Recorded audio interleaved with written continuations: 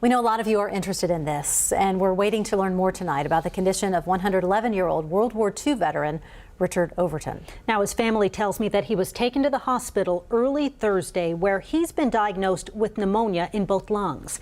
KVUE's Christy Millward went out today to get an idea of the impact that kind of diagnosis can have on someone that age. Christy? Well, Terry and Quita, we were originally looking forward to today because we were supposed to see the official unveiling of renovations on Mr. Overton's home, but instead we're wishing and hoping for a speedy recovery.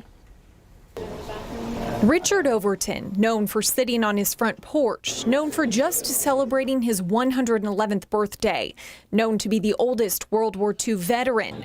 He's known for living in his East Austin home for more than 70 years and for loving his whiskey and cigars.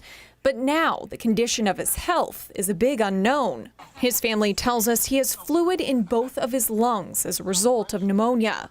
Mac Easty, an emergency physician, says it's often something he will see in a chest x-ray when diagnosing a patient. We're talking about the parenchyma of the lungs, the actual lung tissue where all the little air sacs, the alveoli, are filled with fluid from an infection. Easty says infants and the elderly, those over 65 years old, are most susceptible to pneumonia. They're the ones that the CDC recommends get vaccinated for pneumonia. Victoria Ellenberg works with the aging population at Age Central Texas. Basically, your immune system becomes more suppressed as you get older, and so that's what makes it harder to kind of bounce back from having pneumonia. She says additional conditions like high cholesterol or high blood pressure can add to the problem. Anything like that, and then you throw in pneumonia, that just makes the chances of recovering a lot harder. Ellenberg also works with caregivers, telling them to look out for pneumonia symptoms like coughing, fever, fatigue, or chills. You always kind of want to look out for stuff like that. And that's when you go see a doctor like Easty. And he says once you spot those symptoms, they can usually treat it with an antibiotic.